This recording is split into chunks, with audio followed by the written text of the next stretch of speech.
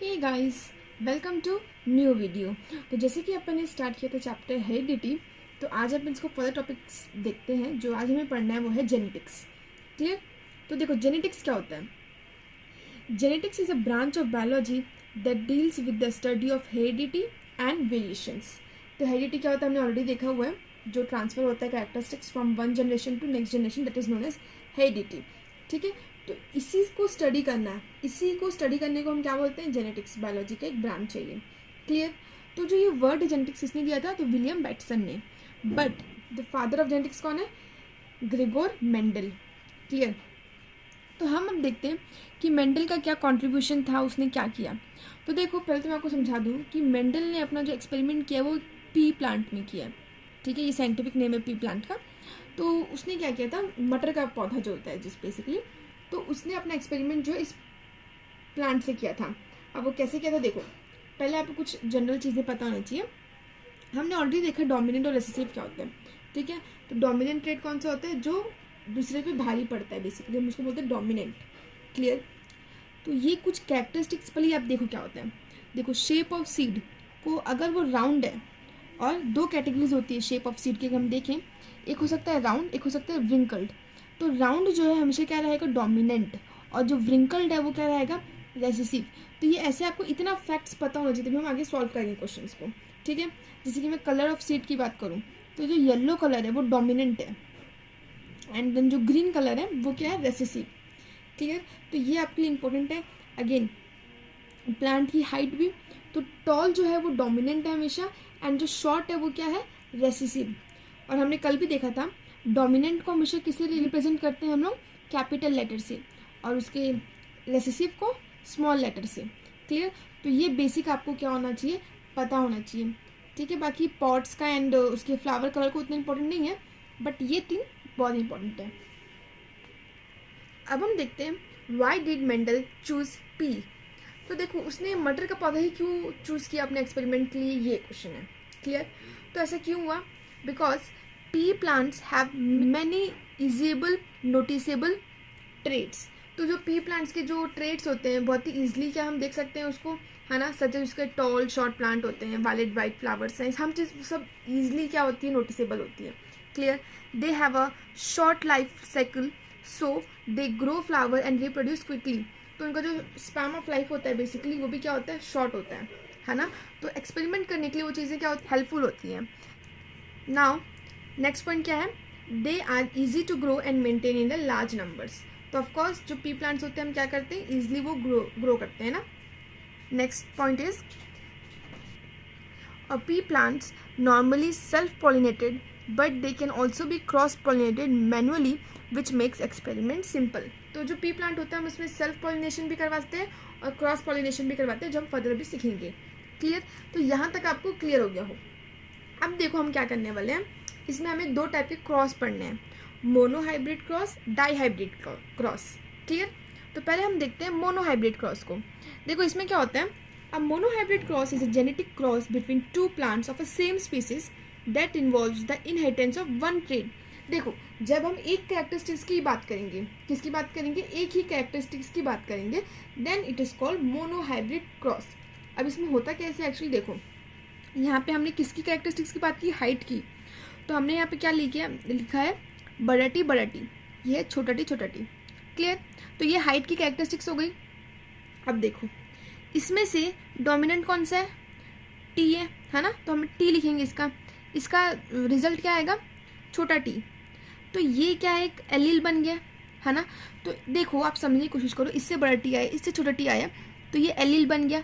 तो इसका क्या आप बोलोगे, रिजल्ट क्या है। तो इसमें डोमिनेंट कौन है, बताओ डोमिनेंट कौन है, बड़ा टी। और बड़ा टी किसका सिंबल है, टॉल का। क्लियर? तो जो फर्स्ट जनरेशन बनेगा वो कैसे बनेगा, टॉल। तो हमने यहाँ बेसिकली क्या किया है, हमने यहाँ पे क्रॉस पॉलिनेशन कराया है। आई होप आपको फर्स्ट जनरेशन कैसे निकालते हैं क्लियर हो गया हो। ठीक है, हमने इससे एक बड़ा टी लिया, इससे छोटा टी लिया, and after seeing the allele we get to know it is will be tall. Clear? Next अब हम क्या करेंगे, जो हमारा आया है ना, अच्छा इसको क्या बोलते हैं ये भी आप याद रखिएगा, इसको क्या बोलेंगे हम, phenotype, and this is known as genotype. ना अब हम क्या करेंगे, इसका सेल्फ पॉलिनेशन कराएंगे। Clear. Self pollination, cross pollination क्या होता है हमने ऑलरेडी रिप्रोडक्शन चैप्टर में देखा है। क्लियर। तो अब देखो हमने इसको सेल्फ पॉलिनेशन कराएंगे तो एक बार बड़ा टी का इंटू होगा ये दोनों से, ठीक है। तो आप देख सकते हो इसका इससे इंटू होगा तो ये बनेगा, देन बड़ा टी इंटू छोटा टी। क्लियर। देन छोटा टी इंटू बड़ा टी, छोटा टी इंटू छोटा टी। और एक और चीज़ याद रखना है, जैसे कि मैंने जब छोटा टी इंटू बड़ा टी किया तभी भी मैंने क्या लिखा है, बड़ा टी छोटा टी। क्यों ऐसा? क्योंकि जो बड़ा टी होता है हमारा डोमिनेंट होता है, तो डोमिनेंट वाले को हमेशा डोमिनेंट पोजीशन पे ही रखना पड़ता है, मतलब हमेशा आगे रखना पड़ता है। क्लियर। तो ये हमने एक बार क्रॉस पॉलिनेशन करा के फर्स्ट जनरेशन निकाला एंड देन सेल्फ पॉलिनेशन करा के हमने क्या निकाला, सेकेंड जनरेशन। ठीक है। तो ये आपको एलील देख के समझ आ रहा होगा कि ये इसमें क्या बनेगा, टॉल, इसमें टॉल, इसमें टॉल एंड इसमें शॉर्ट। क्लियर। तो आई होप आपको यहाँ तक क्लियर हो गई होगी चीज़ें। तो देख सकते हो आप फर्स्ट जनरेशन में जो हमारा फिनोटाइप था क्या था, टॉल, एंड जीनोटाइप था बड़ा टी छोटा टी। और जो F2 जनरेशन में था, अब F2 जनरेशन को एक बार मैं दिखाती हूँ आपको, एक सेकंड। तो ये होता है हमारा क्या, genotype, and this is known as phenotype. ठीक है। तो आप देखोगे जो हमारा फिनोटाइप है उसका रेशियो क्या रहेगा, 3:1, 3:1। और जो हमारा क्या है जीनोटाइप, उसका रेशियो क्या है आप देख सकते हो, बड़ा टी ये 1 हो गया, और बड़ा टी छोटा टी, बड़ा टी छोटा टी 2 बार है, तो 1:2:1। क्लियर। तो मैंने लिख दिया है F2 जनरेशन का जो फिनोटाइपिक रेशियो था 3:1 एंड जीनोटाइपिक रेशियो जो था 1:2:1। क्लियर। अब हम नेक्स्ट पढ़ेंगे डाई हाइब्रिड क्रॉस। ये क्या होता है देखो, a dihybrid cross is a breeding experiment between 2 organism that are hybrid for a 2 different traits. तो बेसिकली हम क्या करेंगे, यहाँ पे 2 कैरेक्टरिस्टिक्स से डील करेंगे। मोनो हाइब्रिड में हमने किससे, सिंगल कैरेक्टरिस्टिक से डील किया था, यहाँ पे हम 2 कैरेक्टरिस्टिक से डील करेंगे। ठीक है। देखो तो हमने देखो यहाँ पे 2 कैरेक्टरिस्टिक्स लिखा है, round and green colour, wrinkled and yellow colour. तो आप देख सकते हो 2 कैरेक्टरिस्टिक्स हैं यहाँ पे।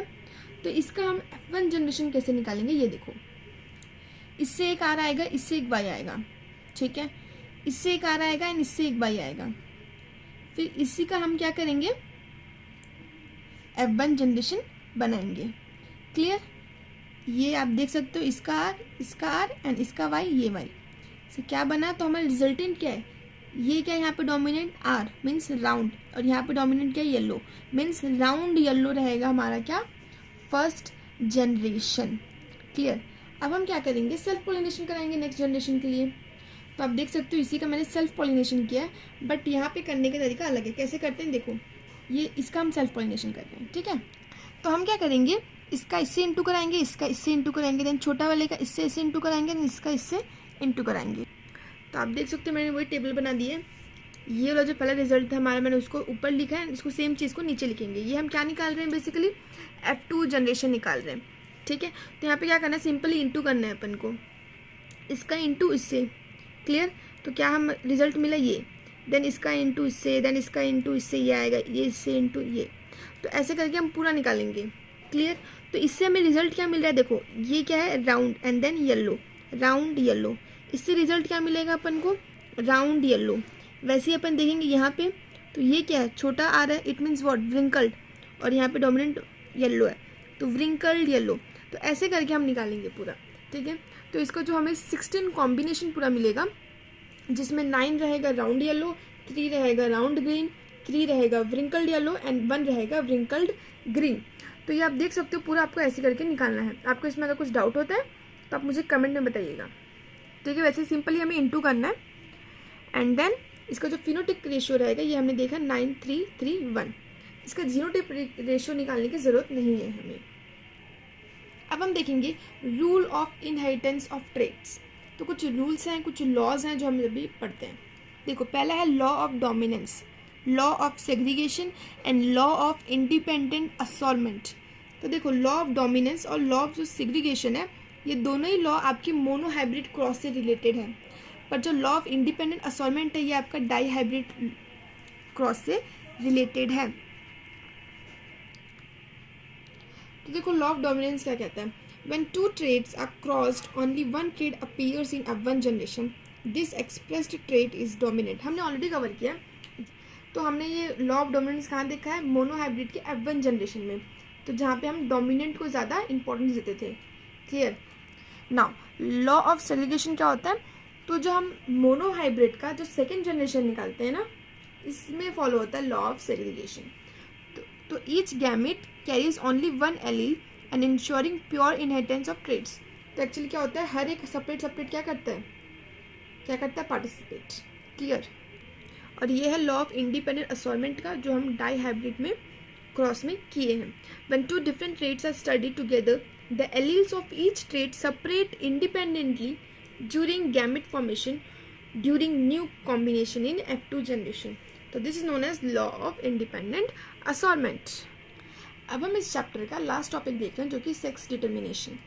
The process by which sex of individual is decided और determined is known as sex determination.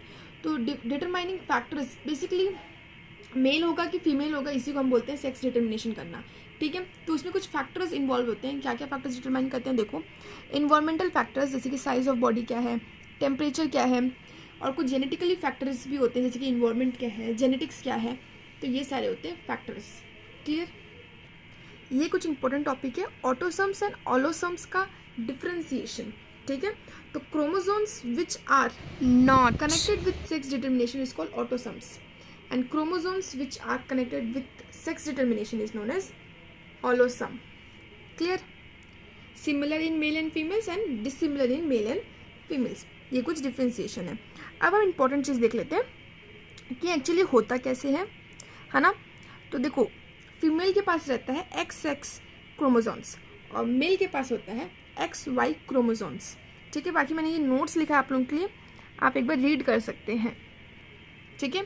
तो ये हो गया मेल का क्रोमोसोम्स और ये हो गया फीमेल का. तो फीमेल के पास होता है XX और मेल के पास होता है XY. ठीक है. तो इसमें डिपेंड करता है किसका कॉम्बिनेशन बना है. अगर यहाँ से X आएगा तो फीमेल होगा. अगर यहाँ से X और यहाँ से X आएगा तो भी फीमेल होगा. यहाँ से Y यहाँ से X आएगा तो मेल होगा. और यहाँ से Y यहाँ से X आएगा तो मेल होगा. क्लियर. तो ये 50% चांसेस होता है कि कोई मेल होगा कि फीमेल होगा. मीन्स हम अगर रेशियो में देखेंगे तो 1:1. क्लियर. बाकी मैंने नोट्स लिखा हुआ है. So this is all about this chapter. So guys, I hope आपको ये चैप्टर अच्छे से क्लियर हो गया हो. अगर आपको इसके इंपॉर्टेंट क्वेश्चंस चाहिए तो आप मुझे कमेंट में बताइएगा. I will post that also. So thank you so much for watching this video, and please do subscribe the channel for upcoming videos. Okay, thank you, bye.